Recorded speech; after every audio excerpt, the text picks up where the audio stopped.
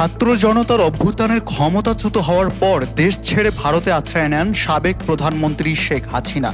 গণ অভ্যুত্থানের সময় ছাত্র জনতাকে লক্ষ্য করে গুলির নির্দেশ সহ মানবতা বিরোধী অপরাধের মামলার প্রধান আসামি করা হয় তাকে। এই মামলার রায় ঘোষণাকে কেন্দ্র করে ভারতের সংবাদ মাধ্যমগুলোতে শুরু হয়েছে তোলপাড়। বিশেষ করে সম্ভাব্য মৃত্যুদণ্ড নিয়ে সেখানে দেখা যাচ্ছে ব্যাপক উৎকণ্ঠা।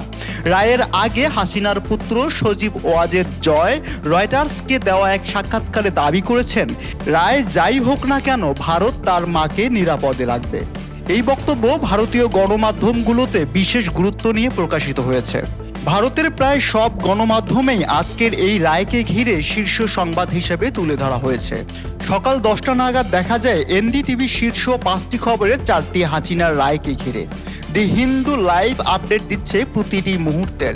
এদিকে হিন্দুস্তান টাইম ও শীর্ষ 2 খবরের একটিতে রেখেছে এই বিষয়কে। এবিপি লাইভ, আনন্দবাজার পত্রিকা ও সংবাদ প্রতিদিন সব মাধ্যমে একই মাত্রার তোলপাড় লক্ষ্য করা যায়। এদিকে দেশের ভিতরেও পরিস্থিতি উত্তপ্ত হয়ে উঠেছে। রায়কে কেন্দ্র করে গত কয়েকদিনে রাজধানী সহ বিভিন্ন স্থানে ককটেল বিস্ফোরণ, যানবাহনে আগুন দেওয়ার মতো ঘটনার খবরও পাওয়া যায়। এই নিয়ে ফ্যাসিবাদ বিরোধী দলগুলো জানিয়েছে, নিষিদ্ধ আওয়ামী লীগ কোনো ধরনের সহিংসতা সৃষ্টির চেষ্টা করলে তারা মাঠে নেমে তা প্রতিহত করবে।